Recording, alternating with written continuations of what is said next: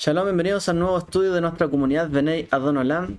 Nos pueden encontrar en kehilatvao.cl. Y en esta oportunidad hablando sobre Pesaj.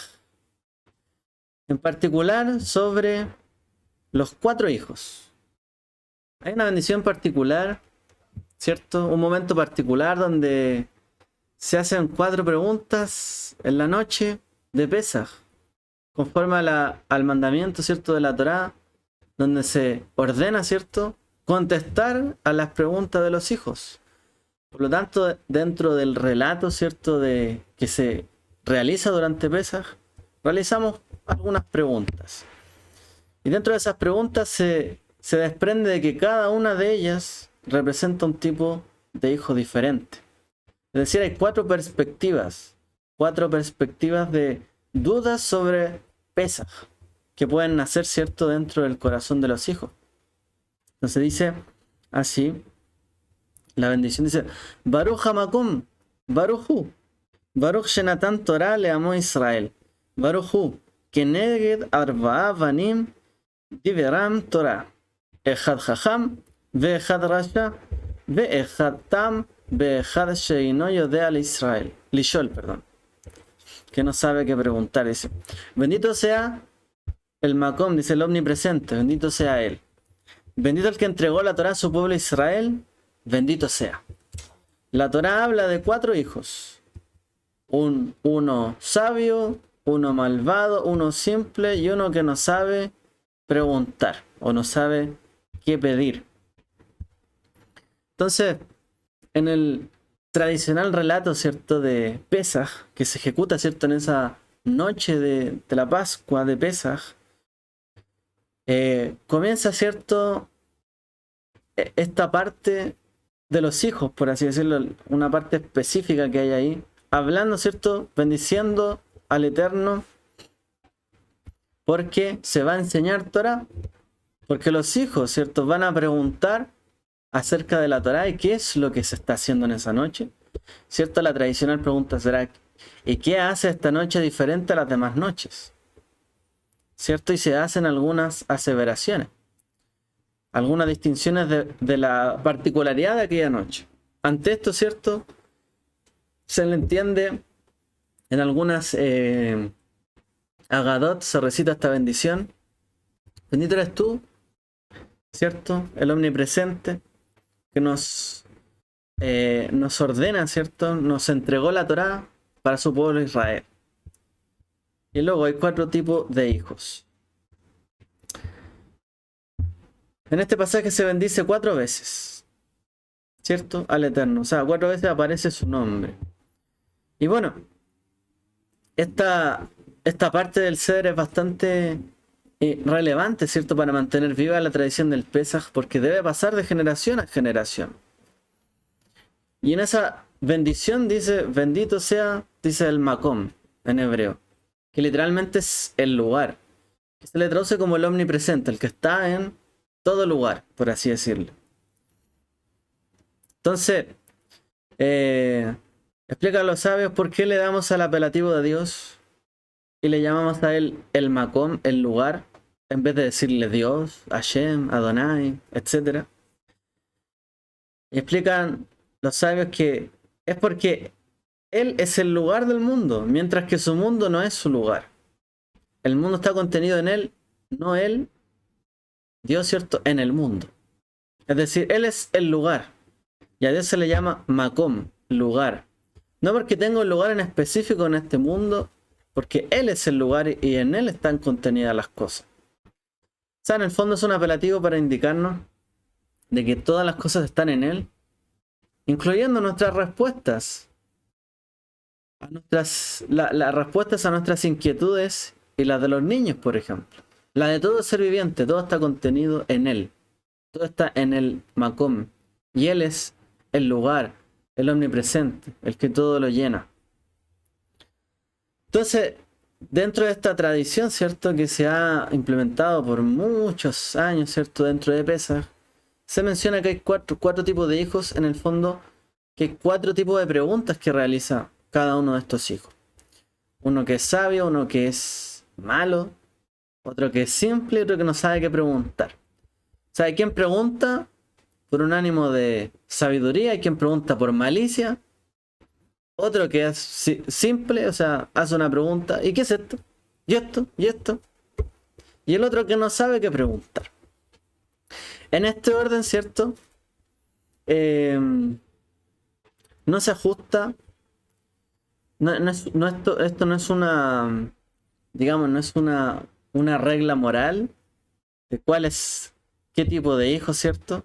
Sino que también nos ayuda a entender las capacidades que tienen las personas y los niños, ¿cierto? O las personas desde pequeñas. Por ejemplo, el niño sabio, el niño malvado, pero que también tienen algo en común. Ambos podríamos decir que tienen sabiduría. El sabio a lo mejor eligió un camino de preguntar para conocer, pero el malvado probablemente elijo con malicia, digamos así. También es sabio, pero a veces actúa con malicia. Como entiende las cosas, a veces uno le dice no hagas esto, él sabe que no se puede hacer, ya lo entiende, lo hace igual. ¿Ah? Tiene algo, ¿cierto? Podemos decir de malicia. Tiene algo de insolencia. Esto suele pasar, ¿no? A veces en los hijos hay algún toque de rebeldía. Es normal, ¿no? En todos lo hay. Ya, por ejemplo, el niño sencillo o simple tiene quizás la suficiente comprensión de las cosas para saber qué preguntar. Hay algo dentro de todo lo que está pasando que no entiende. Ya, lo pregunta de manera bien sencilla. ¿Y por qué esto es diferente? Nada más. A lo mejor hay más cosas en la mesa, pero él pregunta, ¿por qué esto es diferente? Finalmente hay un hijo que no sabe qué preguntar. Silencioso. Y un poco podemos decir que hay algo de sabiduría en cada uno de estos. Primer concepto a entender. Todas las personas, todos los niños, somos seres individuales. La Torá habla de una verdad y un camino para cada persona. Cuando hablamos del Mesías, hablamos de una verdad, ¿cierto? Un camino. Y así es, hay un camino y una verdad para cada persona. Y en el acontecimiento del éxodo de Egipto, la salida de Egipto, sin embargo, la Torá brinda una explicación diferente para cada uno de los niños. Lo que transmite una lección crítica dentro de la educación para ellos. ¿Ya? Porque la Torá pregunta, y cuando tu hijo pregunte tal y tal cosa, y tal y tal cosa, y tal y tal cosa, la Torá en el fondo también está dando pistas de los tipos de hijos y los tipos de preguntas que nos van a hacer. Ahora, cuando nos acercamos a los niños, por ejemplo, o a otras personas para educarlos y ayudarles a trascender o a salir, digamos, de cada Egipto que hay en cada persona, tenemos que entender que hay un estándar, o sea, todos tenemos que salir de Egipto. Todas las personas tenemos que aprobar, por así decirlo, el curso. Todos tenemos que salir de Egipto. Y esa es la realidad. Todos tenemos que cruzar el Mar Rojo, todos tenemos que pasar, ¿cierto?, al otro lugar. Pero a su vez todos son individuales. Cada uno tiene sus luchas, sus batallas, ¿cierto? Y cada tipo de hijo o de estudiante tendrá digamos, su punto débil, donde tiene que esforzarse un poco más.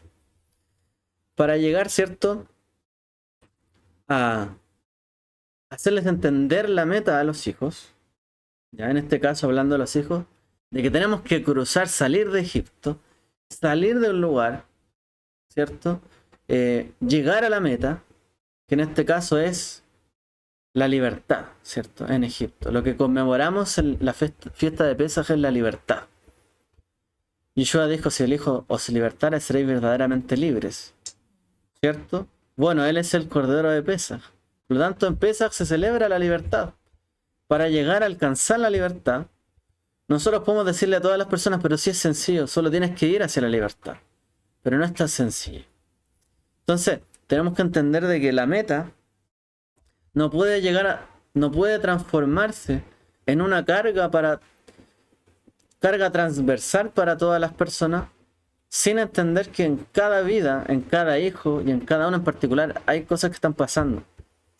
Por lo tanto, los maestros, los padres deben adaptar sus palabras y sus métodos a cada estudiante.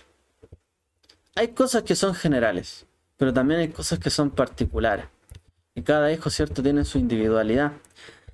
Entonces, al proporcionar diferentes respuestas para las diferentes preguntas que tienen los hijos, o estos 4 hijos que menciona la escritura, a través de 4 tipos de preguntas, la Torá nos permite, de alguna forma, nos permite esforzarnos para buscar inspiración y los enfoques correctos para llegar con la palabra justa y precisa al niño o al hijo, para que encienda, por así decirlo, esa motivación para querer alcanzar la meta. ¿Ok? O sea, la Torá nos ordena, ¿cierto?, celebrar Pesaj. Ok, tenemos que celebrar la libertad, pero no es tan sencillo. No es llegar y decir celebramos Pesaj y alcanzamos la libertad. Hay que hacer un trabajo. Entonces, uno debe buscar la inspiración, las palabras, el método, la fórmula. Cada hijo es diferente, ¿no? Los hijos no todos son iguales. No todos los hijos son iguales. No todos los hijos son criados de la misma manera. De hecho, eso se notará mucho más, ¿cierto?, si los hijos son criados en épocas diferentes, en un mundo cambiante, ¿cierto? Bueno, por eso tiene que haber un esfuerzo en cada familia, ¿cierto?, para transmitir el Pesaj y encender esa llama de la libertad. Dado que la Torá, gracias, se dirige a todo Israel, a todo tipo de personas, podemos entender que asimismo los 4 tipos de mensajes o preguntas pueden aplicarse a cada uno de nosotros. O sea, nosotros podemos tener dentro de nosotros a los 4 hijos diferentes. Podemos tener sabiduría, algo de malicia, ser personas simples, ¿cierto? O a veces no saber qué preguntar o qué hacer. Todos, por así decirlo, tenemos estos 4 tipos de hijos dentro de nuestro interior.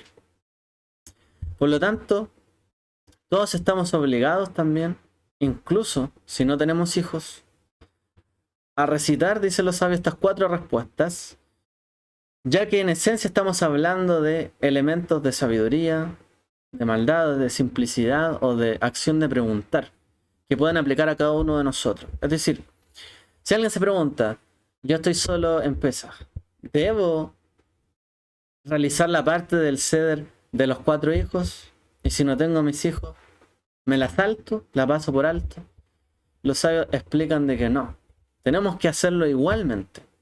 Tenemos que ponernos en el lugar, porque la Torá fue escrita para todos, y si la Torá menciona 4 tipos de preguntas diferentes que podrían hacer los hijos sobre el Pesaj, cada uno también debiese aprender de ellas.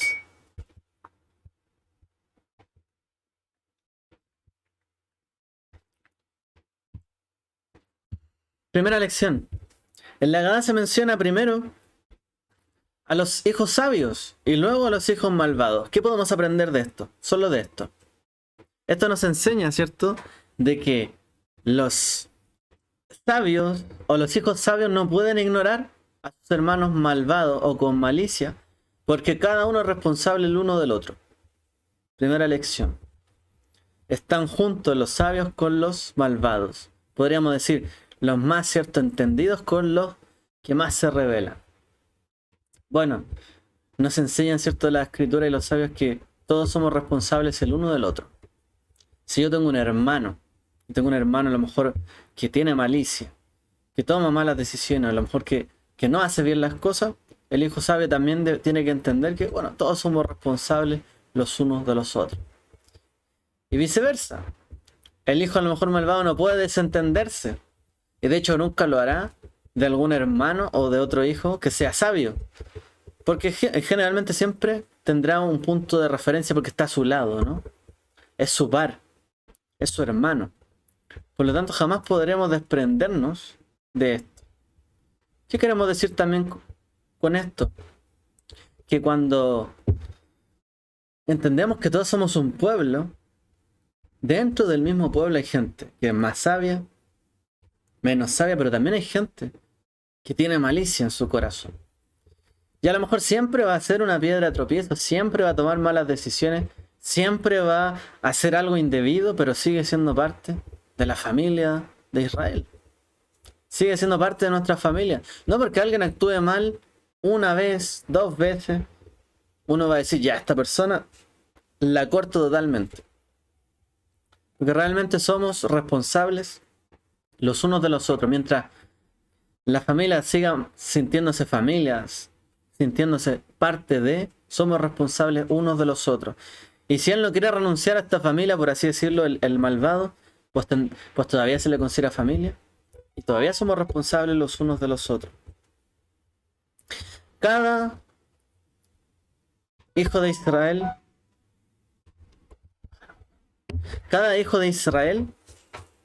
es como una letra en un rollo de la Torá. Eso es lo que podemos llegar a entender. Si faltara una sola letra, es decir, una sola persona dentro de la Torá, independientemente de cuál sea, la santidad de todo el texto se ve comprometido. Del mismo modo, la condición de toda la nación depende de cada individuo.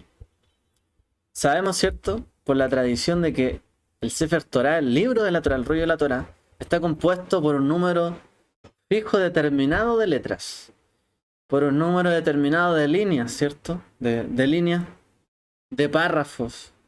Tiene una cantidad de letras específica cada capítulo. Cada letra está contada y no puede faltar en un Sefer Torah. ¿Cierto? Los Soferim, los escribas, mantuvieron el texto de manera tan, digamos, invariable en el tiempo porque contaron letra por letra. Letra por letra. Copiaban el texto letra por letra. Así también, ¿cierto? Cada uno de los hijos de Israel es como una letra que no puede faltar en el rollo. Porque la Torá dice, si quitares, ¿cierto?, una palabra de la Torá, si agregaras algo a la Torá, estarías, ¿cierto?, pecando. Si quitares aunque sea la más pequeña de las letras, como la letra Yod, ¿cierto?, que es como una vuelta, ¿no? Una curva, como la mitad de un cuadrado, por así decirlo. Si faltara eso, ¿cierto?, dentro de la Torá, bueno, no se cumpliría todo lo que está escrito. Yeshua dijo, ¿cierto? Yo de cierto les digo que ni aún la letra más pequeña de la Torá, ni siquiera el cuerno de una letra, pasará sin que todo se cumpla. Y si también los sabios nos explicaron que cada uno de nosotros es como una letra, nadie puede faltar para que el pueblo sea completo. Los sabios también nos enseñan que no debemos imaginarnos tan alejados de la vida de los malvados. Porque los malos, es decir, la maldad, la mala acción es un vecino inmediato, es una acción que está inmediatamente al lado de nosotros, no está tan lejos. Nunca tenemos que olvidarnos en el fondo de que hay gente que a lo mejor hace el mal, pero antes hacía el bien.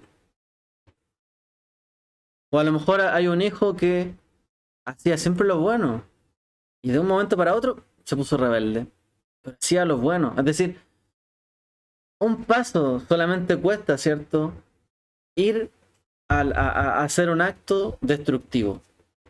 Y está al lado del sabio. No es tan difícil deslizarse, por así decirlo. Por lo tanto, nunca nos debemos ver tan alejados de los malvados.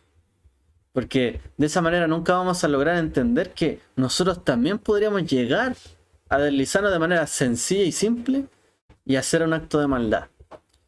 Lo más cierto es, digamos, algo sencillo de entender en esto, sobre todo en la gente que se aísla y piensa que todo el mundo está equivocado y solamente ellos están en lo correcto. Esa gente que suele alejar a los malvados, a los malos, a los que creen diferente, a los que son aquí o allá, que no tienen su misma creencia y fe, y a todos los condena. Y esa persona que se ve lejano a todos ellos, también puede pecar y también puede caer y a lo mejor también puede demostrar falta de fe. Y en el momento en que lo haga, esa persona que es tan condenatoria, la escritura dice, con la vara que mides serás medido. Uno no debe verse alejado tanto, ¿cierto?, de los que hacen el mal, porque yo podría llegar a hacer algo como eso. Por lo tanto, también, yo también, en su condición, si llegara a caer, también podría arrepentirme. Y me gustaría volver, por así decirlo, al camino. Cuando nosotros vemos tan lejanos a los malos, o a los que tienen malicia, es como que no podríamos llegar a creer que él puede llegar a hacer algo bueno. Y generalmente la gente a veces no entiende cuando alguien cambia su vida. Dicen, no logro entender cómo esta persona cambió tanto. O llegó a hacer las cosas tan diferentes. Si era malo, si en realidad le iba mal y ahora como que está bien, no lo creo.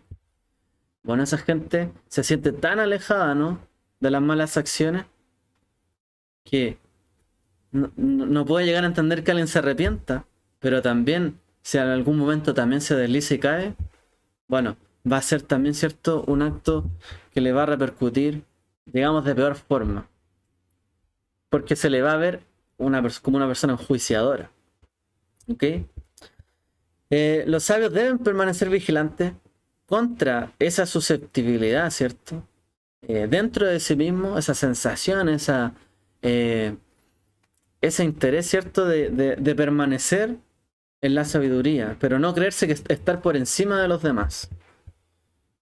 Al tender la mano, ¿cierto?, para ayudar a los malvados, los sabios también obtendrán el mérito espiritual que los ayudará a superar y transformar su propio niño malvado interior. Es decir, los sabios explican que a través de la acción restauradora de tenderle la mano a alguien que tiene algo de malicia o maldad, el sabio también se corrige internamente.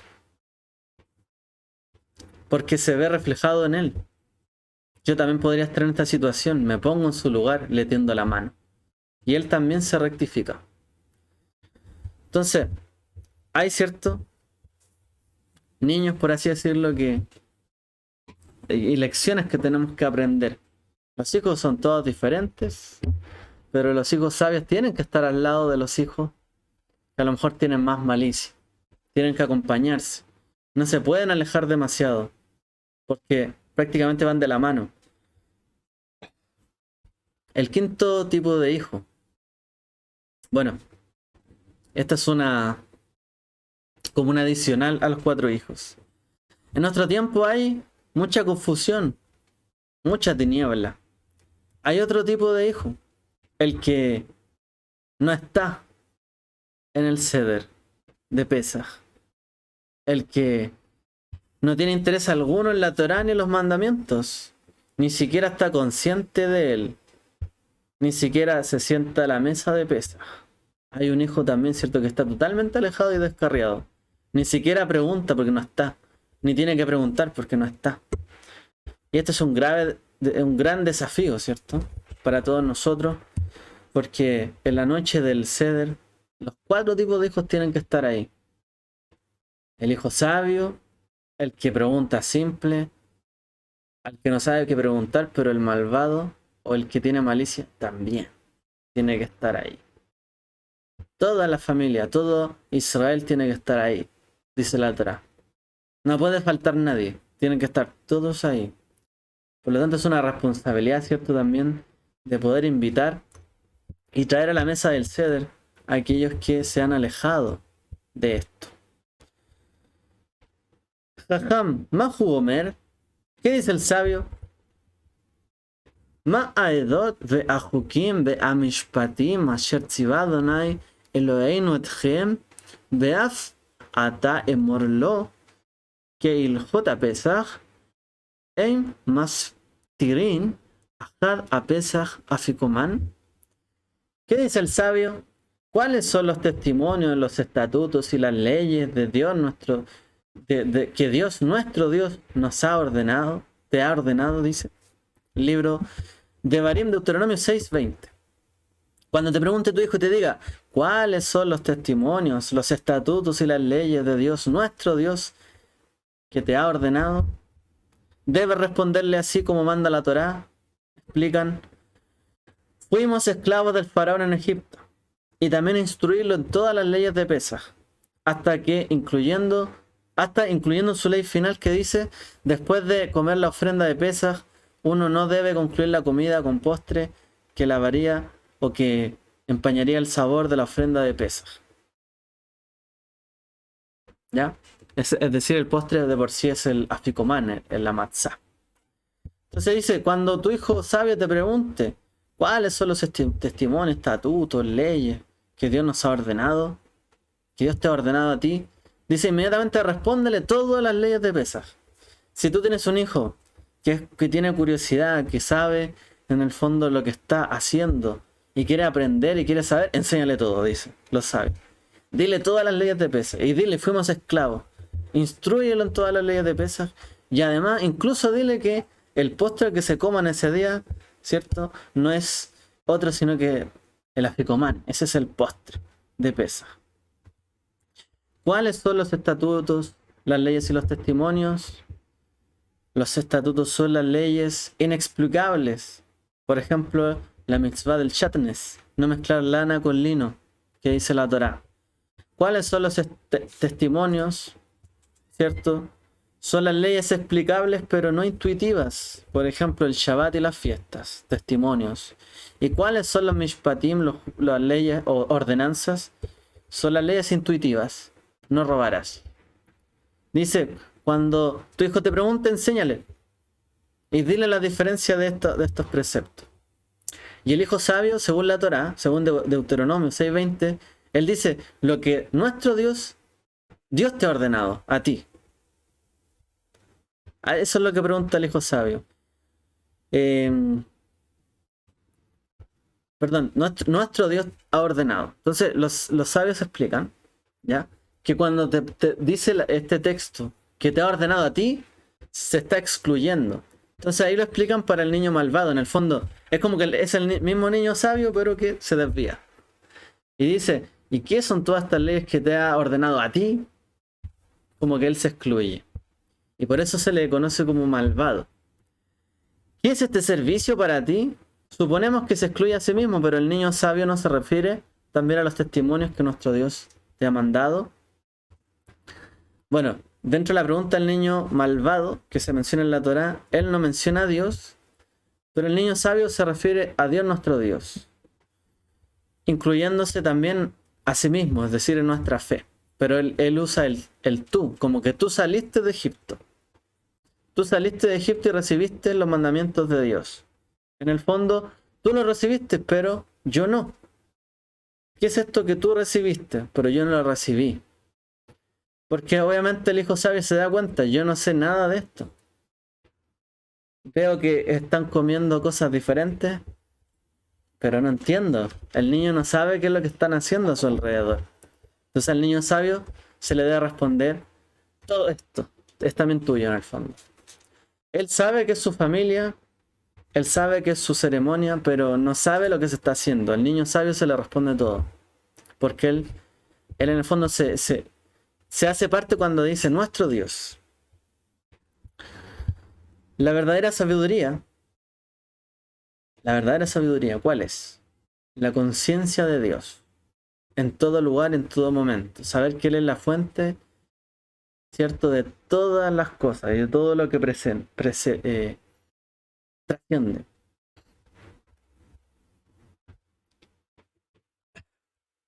Hay un dicho talmúdico que enseña lo siguiente.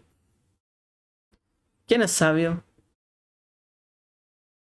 Y responde los sabios, Jamín, dicen, el que ve lo que nace. ¿Quién es sabio? El que ve lo que nace. Lo que nace. Es decir, de alguna forma, el sabio se da cuenta de lo que inicia una acción y en lo que termina. Se da cuenta, si hago esto, si permito que nazca una acción, un sentimiento, puede acabar en esto.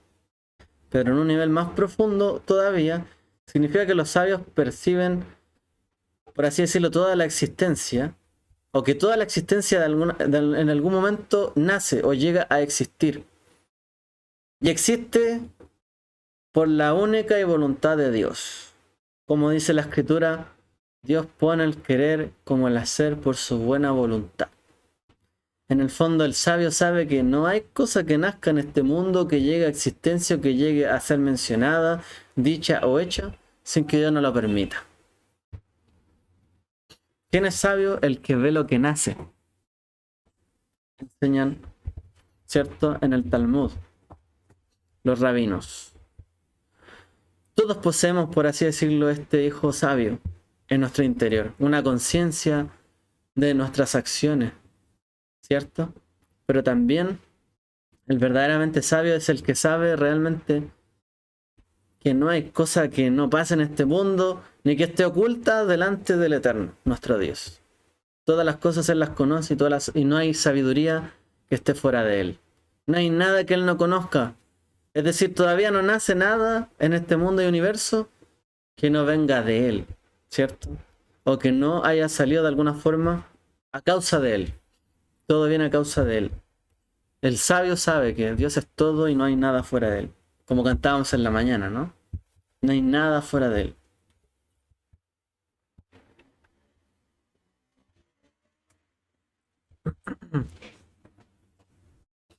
Cuando hablamos, ¿cierto?, de esta conciencia, hablamos de el alma. Decimos, ¿cierto?, cada día que el alma que tú has creado es pura, ¿cierto? En las bendiciones decimos, Dios mío, el alma que pusiste dentro de mí es pura. Tú la creaste, tú la formaste y tú la infundiste. La pusiste en mi interior. Y esas 4 descripciones que dice ahí, ¿cierto? La creaste, la formaste y la infundiste, ¿cierto? Esas etapas, bueno, y que es pura, en cada etapa la presencia del Dios de alguna forma se vuelve menos obvia y aumenta, por así decirlo, la ilusión de que Él está en nosotros. Por ejemplo, dice, tú nos creaste. El primer Adán, cuando vio que Dios lo creó, es obvio que Él lo creó. Lo formaste, que le dio forma, que a lo mejor le dio el lenguaje, el hablar, su identidad, cómo se relaciona con el mundo. Estaba ahí, ¿cierto? Después de ser creado, ahí está, fue formado. Pero después que infundiste y le puso un alma viviente y le dio una identidad propia, y cada vez, por así decirlo, se ve menos reflejado lo físico, lo tangible. Es decir, al principio la presencia de Dios fue clara. Dios te hizo con, por así decirlo, con sus manos, sus propias manos. Pero después te puso un alma que tú no ves, que tú no ves dónde está. Es como que su presencia se alejara de esa acción. Por lo tanto, el nivel más alto del alma, ¿cierto?, es el nivel de conciencia absoluta de Dios. Por eso el nivel del alma de un sabio, de un jajam o un niño sabio, sabe que Dios existe y está en todo lugar. Es sabio, porque en el fondo su alma logra comprender, aunque no vio que Dios lo creó, que Dios lo hizo, que Dios está ahí, que lo formó, le dio una mano, le dio ojos, no sabe ni lo ve, pero él tiene conciencia de que existe un Dios. Por así decirlo, tiene un alma elevada, sabia, ¿no? Un alma pura. Él pregunta, ¿qué son estos testimonios? Estatutos y mishpatim, dice, y ordenanzas. Estas 3 cosas, por de alguna forma decir, son parte también de nuestra conciencia personal.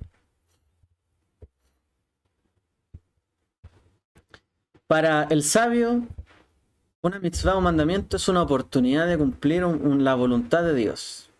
Desde esta perspectiva, ¿cierto?, los mandamientos son secundarios. Lo importante es cumplir la voluntad de Dios. El sabio entiende esto. Por lo tanto, el sabio no va a cuestionar ¿Y por qué eso es así? ¿Por qué no así? El sabio en el fondo podrá preguntarse, a lo mejor esto no es así, ¿por qué no lo hizo de esta otra manera? Se preguntará para adquirir conocimiento, pero no niega el hecho, ¿cierto?, de que lo que me conviene es conocer a Dios, hacer su voluntad, por lo tanto, este es el mandamiento, esto lo cumplo. El hijo sabio pregunta, ¿qué son estos mandamientos, estatutos y ordenanzas? En el fondo él sabe, ¿cierto?, que es secundario aquello, sino que el hacer la voluntad de Dios. Pero sí quiere saber cómo hacer la voluntad de Dios, y por eso pregunta. Si Dios nos hubiera mandado a cortar leña, lo haríamos con el mismo fervor que nos ponemos tefilín. Hay un dicho que dice así, en el judaísmo. Si Él nos hubiese ordenado cortar leña, por ejemplo en Shabbat, en vez de colocarnos cierto tefilín, explican los sabios, dicen, bueno, lo habríamos hecho igual nomás. Si Él nos dice pongámonos de cabeza, habría que ponerse de cabeza. En el fondo, el interés del sabio es cumplir la voluntad de Dios. El mandamiento de por sí es una manera de comprender la naturaleza de Dios, su esencia. Pero no está en discusión el hacer la voluntad de Dios. Por eso el hijo sabio no es que cuestiona la voluntad de Dios, sino que pregunta, ¿qué son estos mandamientos, estatutos y ordenanzas? ¿Qué están haciendo? Pero no cuestiona el hacer la voluntad de Dios. Así que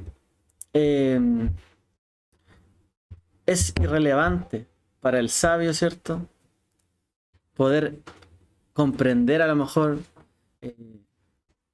la distinción entre cada cosa, porque lo más importante es hacer la voluntad de Dios.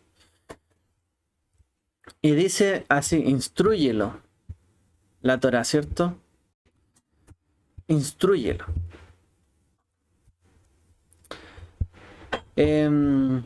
La palabra Pesaj significa pasar por alto. Es decir, significa trascender. Pasar, dejar algo atrás y pasar, ir hacia adelante. Pasando por encima. ¿Ya? Eso es lo que significa, podemos decir en un nivel como más explicativo, ¿cierto? Más místico, el Pesaj. Trascender, pasar por alto. No me quedé aquí, seguí hacia adelante. Pasé del orden natural. El mundo dijo que hay que detenerse aquí. No me detuve aquí, yo continué, seguí adelante. En Pesaj la esencia misma de Dios descendió.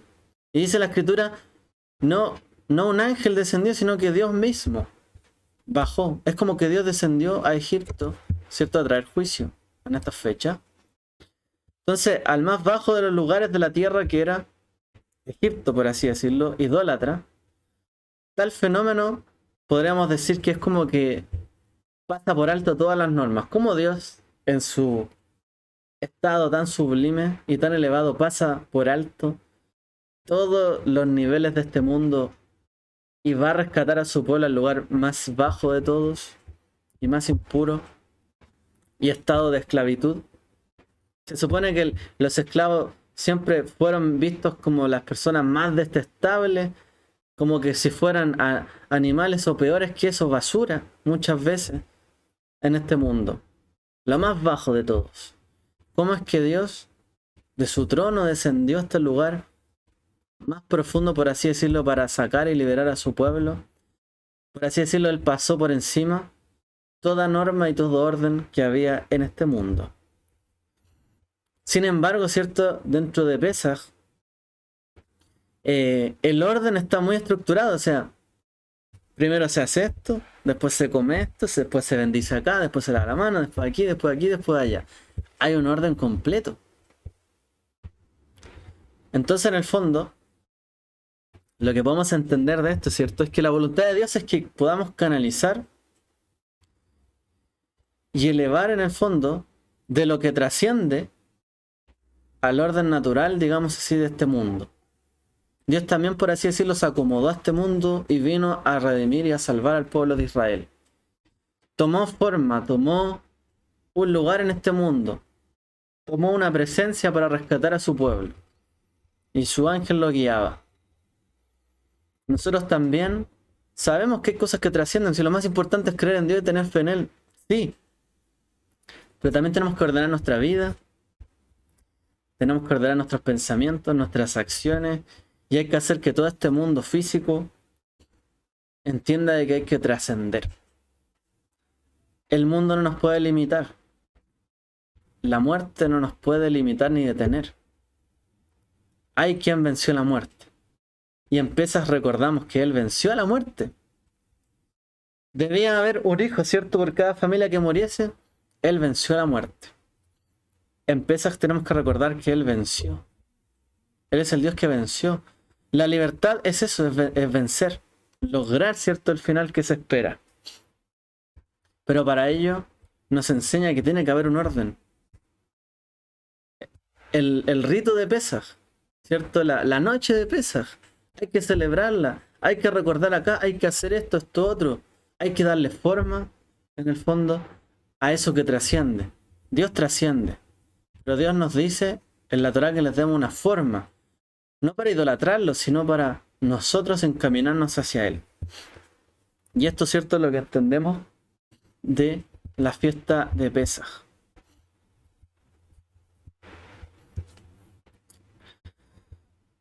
Creo que nos quedamos hasta acá. Nos quedamos en el hijo sabio solamente.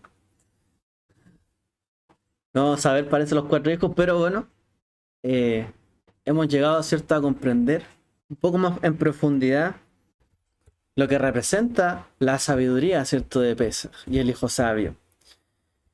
Es cierto de que el alma, por así decirlo, trasciende al cuerpo. El alma, el cuerpo muere, pero el alma queda. Trasciende al orden natural, ¿cierto?, en Pesaj. Por lo tanto, también, cuando hay algo que trasciende, es ciega a las distinciones de lo que trasciende. Si hoy día o el día de ayer encendemos velas en Shabbat y en la semana que viene no, ¿en qué trasciende eso? Nuestra alma dice, bueno, pero mi alma busca al Creador. Sí, a lo mejor no guardo el Shabbat, pero mi alma busca al Creador. Sí, mi alma trasciende, sabe que hay un ser que es más elevado que todas las cosas, pero si yo no hago algo, que lo hice en ese momento y se extinguió, a lo mejor encendí una vela de Shabbat, me comí un pan, un vino, santifiqué su nombre y se acabó, entró el cuerpo y se fue. Encendí una vela y se acabó. ¿En qué trasciende eso? En nada. Y muchas veces el alma nos trae, por así decirlo, este sentido ciego de las acciones de este mundo. Y a veces el alma, ¿cierto?, es indolente a lo que pasa en este mundo. Incluso el alma nos puede engañar para no guardar los mandamientos y no saber cómo distinguirlos. No importa, si lo que importa es la intención, lo que tengo en mi interior. No importa qué haga o qué no haga. Pero si el Eterno te dijo, haz esto. No importa si yo creo en Dios, yo tengo fe en Él. No pasa nada con que no haga algo. A veces el alma es ciega ante esto. Y también es cierto que uno puede llegar a cumplir la Torá sin siquiera entender nada. Puede llegar a decir, esto es lo que hay que hacer, lo hago, pum, pum, hago esto otro. Y sencillamente porque lo hago. Sin entender nada. Pero también es cierto que alguien puede llegar y cumplirlo y entender y tener una conexión, ¿cierto? A veces podemos llegar a pasar por alto el significado de los mandamientos. El significado del Pesaj, nosotros mismos. Estamos hablando de la fiesta de pasar por alto. Y a veces pasamos del lavado de manos acá y no nos importa. Viene esto, hago esto, estoy distraído, como esto, bueno, aquí, allá, no sé qué hacer. Podemos llegar a pasar por alto incluso las leyes de Pesaj y lo que se hace en esa noche. Celebrando la fiesta de pasar por alto, podríamos llegar a no darle la importancia necesaria a esa noche. Pero la voluntad de Dios es que podamos experimentar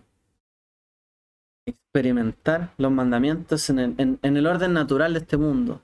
Semana a semana, Shabbat tras Shabbat, Pesaj tras Pesaj. Si hay que hacer algo, que limpiar, que aquí, que eliminar esto de mi casa, que buscar, que comer esto. Que año tras año podamos seguir un orden natural, para no pasar por alto también sus mandamientos. Y eso podemos aprender del hijo sabio.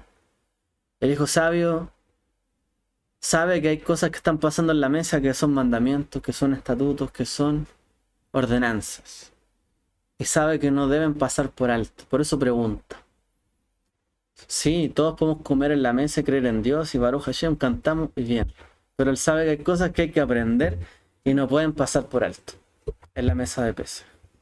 Ese es el hijo sabio y hasta aquí llegamos en este estudio de entendiendo cierto de los 4 hijos, al menos el cierto que es Jajam, el sabio.